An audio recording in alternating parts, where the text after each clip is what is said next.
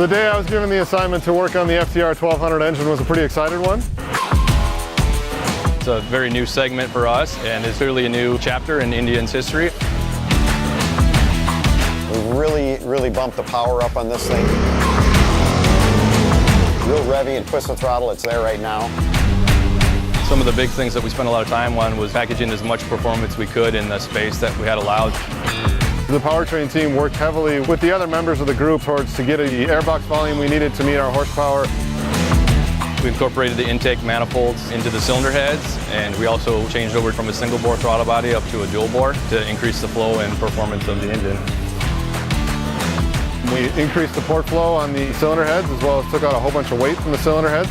And we also took a bunch of weight out of the valve covers by going to magnesium and redesigning them to a single piece. We increased the displacement. The FTR 1200 is running 1203 cc's. These are some new high-performance pistons for us with higher compression ratio.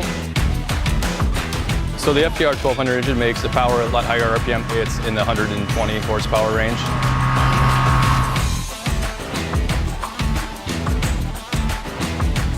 Also, the other big difference is we pulled a lot of mass and inertia out of the crankshaft to make it rev quicker and snappier and just give it a way different feel for the entire bike.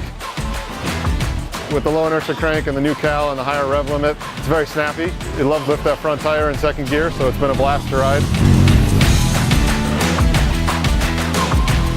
And we're using the engine as a structural member of the entire motorcycle. So we've got a swing arm pivot through the rear of the crankcase, and then we're grabbing onto the front cylinder, so we're using that whole engine as part of the stiffening feature for the motorcycle.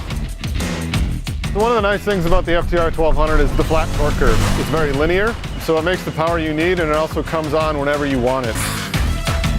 I really like the additional power and the peakier rev. It just feels really snappy and it's fun to ride.